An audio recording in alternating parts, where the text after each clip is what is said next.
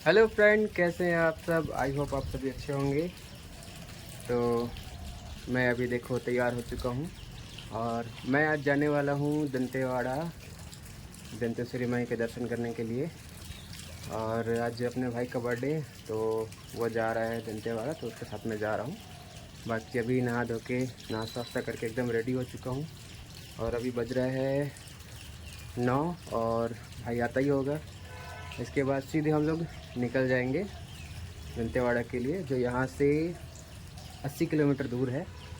और मैं आपको माता जी के दर्शन कराऊंगा और कुछ कुछ जानकारी दूंगा। वैसे बहुत सारे वीडियोस में अगर आप नेट पर सर्च करेंगे तो मंदिर की जानकारी है।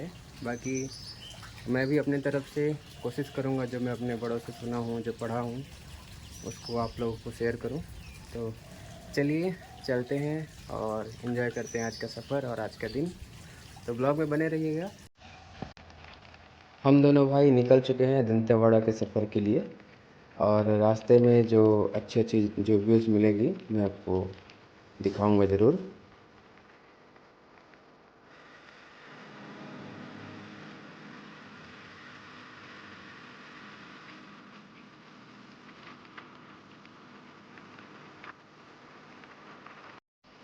अभी हम लोग पहुंच चुके हैं केसलूर। और यहाँ से दो रास्ता जाता है, एक सुकमा की ओर लेफ्ट और सीधे हमको निकल जाना है दंतेवाड़ा। और इसी केसलूर गांव में अभी श्री राम मंदिर बना हुआ है, बहुत ही अच्छा। जगदलपुर से दंतेवाड़ा के रास्ते के बीच में पड़ता है एक बास्तानार गांव, और उसके कुछ ही दूरी पर थोड़ा आगे पर है बास्तानार घाटी, जहाँ का व्यू बहुत ही सुंदर है।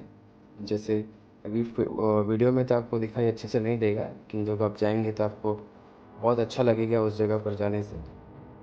तो ये रास्ते पर पड़ता है, तो चलिए चलते हैं यहाँ से और आगे। मैं अभी पहुँच चुका हूँ बास्तानार घाटी के नीचे, और हम लोग यहाँ थोड़ा आराम कर रहे हैं, मतलब 5 मिनट रेस्ट लेंगे, उसके बाद आगे निकलेंगे। और आज का मौसम बड़ा मस्त है, धूप बिल्कुल नहीं है, तो मज़ा आ रहा है सफ़र में। और यहाँ से अभी तकरीबन और 30 किलोमीटर बचा होगा दंतेवाड़ा। और इसके आगे एक घाटी और है, बंजारिन घाटी, छोटी सी घाटी है और वहाँ मंदिर भी है। और उसके बाद गिदम फिर पहुँच जाएंगे हम लोग दंतेवाड़ा। तो आपको मैं आगे का व्यू भी दिखाता हूँ। और इस रास्ते पे बहुत अच्छा व्यू मिलता है, बहुत अच्छा अच्छा चीज़ देखने को मिलता है। बहुत ही मज़ा आता है इस रास्ते में सफ़र करने में।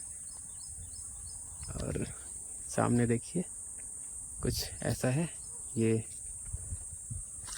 ये अपना भाई बर्थडे बॉय। तो इसी के साथ जा रहा हूँ आज मैं दंतेवाड़ा। तो अब यहाँ पे थोड़ा रेस्ट करते फिर निकलते हैं आगे के सफ़र के लिए। तो ब्लॉग में बने रहना।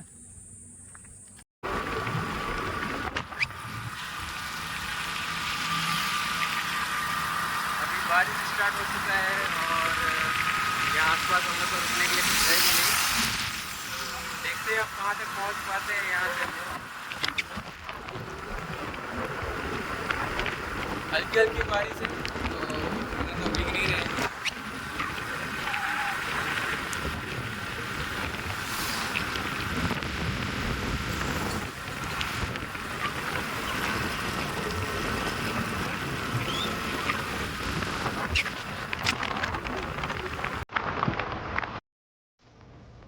अभी हम लोग पहुंच चुके हैं गिदम, और यहाँ से थोड़ा थोड़ी बारिश और बढ़ने लगी थी।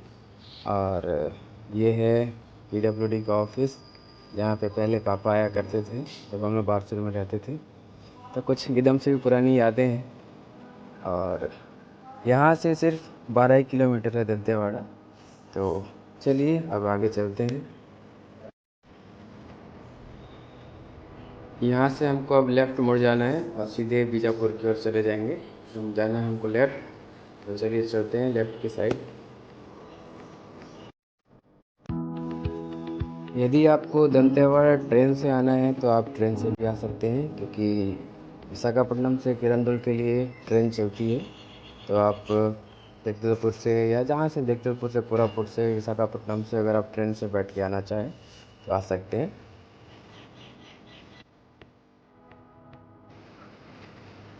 ये है डंकनी नदी का पुल, और आपको सामने दिखाई दे रहा होगा सामने जो हनुमान की मूर्ति दिखाई दे रही है, बस उसके साइड में ही मंदिर है, तो बस हमको वहीं जाना है अभी। ये है मंदिर का सामने का हिस्सा, जो अभी बहुत ही अच्छा बन चुका है। अब जैसे नवरात्रि के समय में जब भीड़ लगता है तो लाइन लगाने में धूप नहीं होता, मतलब बहुत अच्छे से बनाया गया है अभी इस जगह को। हम लोग पहुंच चुके हैं अभी मंदिर के आंगन में, और ये यहाँ का बाहर, मंदिर के बाहर का।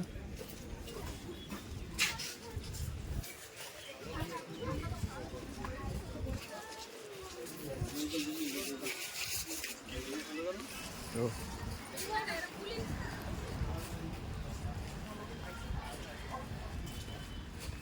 वहाँ पे पानी पे होकर लेके सामने ना, कौन पास है वो। सबसे पहले जाके हम लोग करते हैं दर्शन, और मैं उसके बाद फिर आगे यहाँ के बारे में आपको बताऊँगा। तो चलिए दर्शन करते हैं। बाकी अंदर तो कैमरा अलाउ नहीं है, तो मैं सीधा आपको दर्शन करने के बाद मिलता हूँ।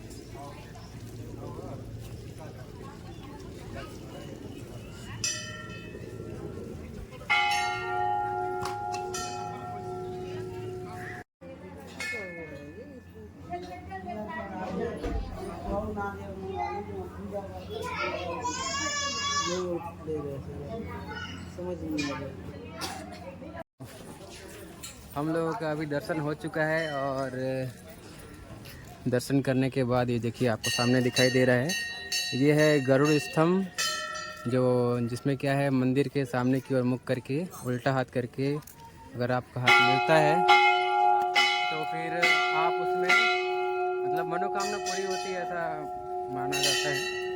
तो वो है गरुड़ स्तंभ, और ये सामने मौली माता का मंदिर भी है बाजू में जस्ट।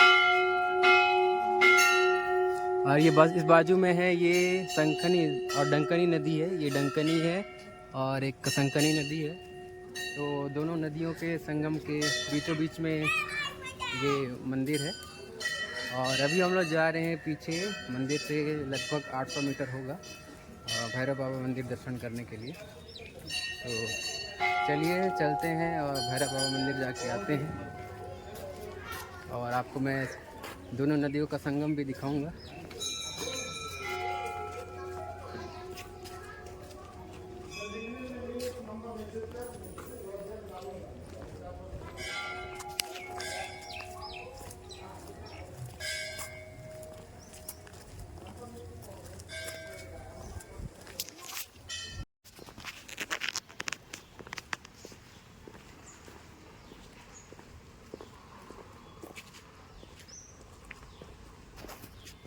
ये है मंदिर के पीछे का गार्डन, और इसी रास्ते से होकर हमको जाना है भैरव बाबा मंदिर, और जो यहाँ से ज़्यादा दूर नहीं है, बस कुछ ही दूरी पे है। और इसके लिए अगर जैसे कोई बुज़ुर्ग हैं तो वो भी इस रास्ते से ना जाकर गाड़ी जाती है, तो इसके लिए थोड़ा सा लंबा रूट है, पर जाया जा सकता है। और ये है माई जी की चरण पादुका, यहाँ पैर का चिन्ह है माई जी का। और चलिए मैं आपको आगे दिखाता हूँ संगम, संकनी और डंकनी नदी का। दोनों अलग अलग जगह से आ रही है, और दोनों के पानी का रंग भी अलग अलग है।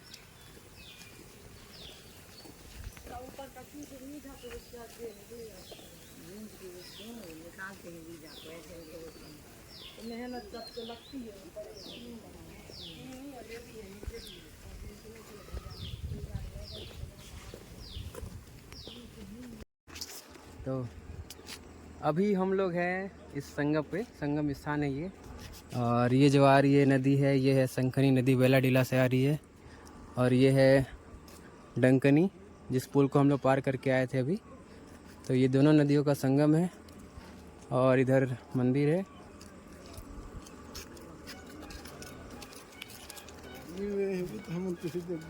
बाकी इसके आगे है जस्ट मंदिर, बड़े तुद में है भैरव बाबा का मंदिर।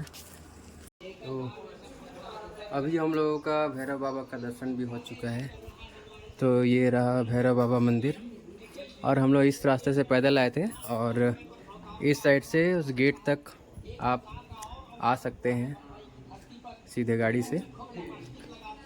तो अब सब चीज़ हो चुका है कंप्लीट दर्शन, और मैं आपको मंदिर के पास पहुंच के वहाँ की थोड़ी जानकारी देता हूँ, और उसके बाद हम लोग वापस निकल जाएंगे जगदलपुर के लिए। हम लोग अभी भैरव बाबा का मंदिर के दर्शन करके आ गए, और फिर से हम लोग मंदिर के आंगन में पहुंच गए। तो मैं आपको अभी मंदिर के बारे में थोड़ा कुछ बता देता हूँ।